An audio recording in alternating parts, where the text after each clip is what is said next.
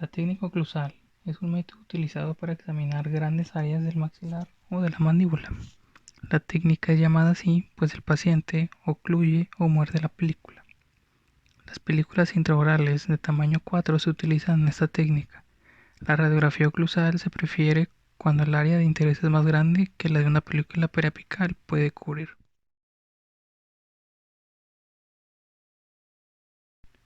Principios de la técnica oclusal. Una radiografía oclusal muestra un segmento o la totalidad del arco dental. Permite examinar el paladar y el piso de la boca. El tamaño de una película oclusal es de 7.7 centímetros por 5.8 centímetros.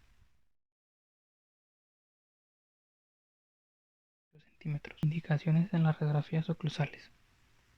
La manera en que se utilizan estas radiografías es localizar dientes impactados, localizar cuerpos extraños en la mandíbula o piso de la boca, identificar y determinar la extensión de una patología sin quistes, neoplasias o tumefacciones.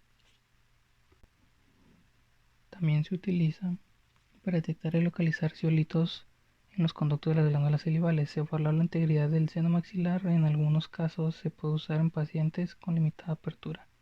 Obtener información sobre la localización o extensión de una fractura ósea.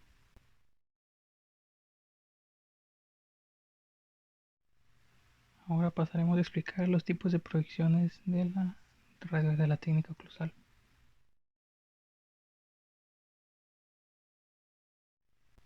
Primeramente tenemos la proyección oclusal topográfica anterior superior. En la posición de la película, el plano oclusal debe estar paralelo al piso. Colocar la película en la boca del lado activo. El borde posterior de la película va a tocar la rama de la mandíbula. El eje largo de la película deberá ser perpendicular al plano sagital. El paciente estabiliza la película al cerrar gentilmente la boca. Dirigir el rayo central a una angulación vertical de 65 grados. Dirigir el rayo central a una angulación horizontal de 0 grados respecto a la nariz. El rayo central deberá dirigirse hacia el puente de la nariz. Ahora en la siguiente imagen podremos observar la proyección oclusal topográfica anterior superior. En el campo de la imagen incluye el segmento anterior del maxilar superior, así como la porción anterior del piso de las fosas nasales.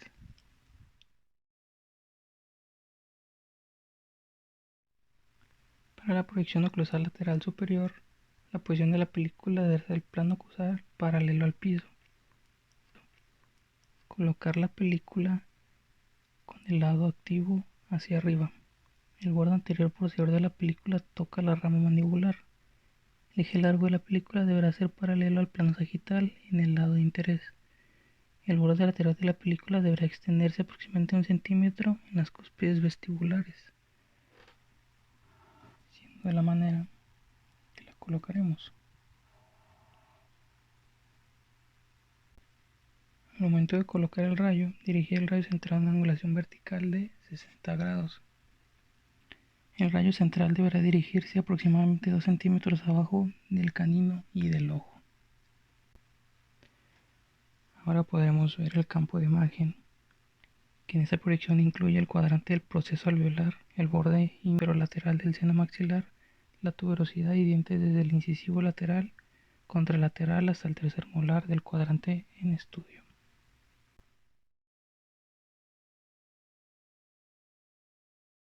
Ahora pasaremos a la proyección oclusal topográfica anterior e inferior. La posición de la película del plano oclusal a 45 grados respecto al piso. Colocar la película en la boca con el lado activo hacia abajo, siendo colocada de esta manera. El borde posterior de la película toca la rama de la mandíbula. El eje largo de la película deberá ser perpendicular al plano sagital. El paciente estabiliza la película al cerrar gentilmente la boca. Ahora el rayo central debe dirigirse a una angulación vertical de menos 55 grados. Respecto a la película, el rayo central debe dirigirse hacia el mentón. Ahora en el campo de esta imagen, la proyección incluye el segmento anterior del maxilar inferior, así como la porción inferior de la cortical. Ahora Ahora para la proyección oclusal transversal inferior vamos a posicionar al paciente en forma semi-reclinada, con la cabeza ligeramente hacia atrás. Ahora de esta manera, con tal de que la línea del trago ala quede casi perpendicular al piso. Ahora colocaremos la película del lado activo hacia abajo. El borde posterior de la película toca la rama mandibular. El eje largo de la película deberá ser perpendicular al plano sagital. El paciente estabiliza la película al cerrar gentilmente la boca. Ahora se tiene que dirigir el rayo central de forma perpendicular hacia la película, aproximadamente 3 centímetros por debajo del mentón. El rayo central deberá dirigirse hacia la línea media a través del piso de la boca. Ahora para la proyección oclusal topográfica transversal inferior, en su campo de imagen, los tejidos blandos del piso de la boca, corticales vestibulares y linguales de la mandíbula, del segundo molar hasta el segundo molar contralateral.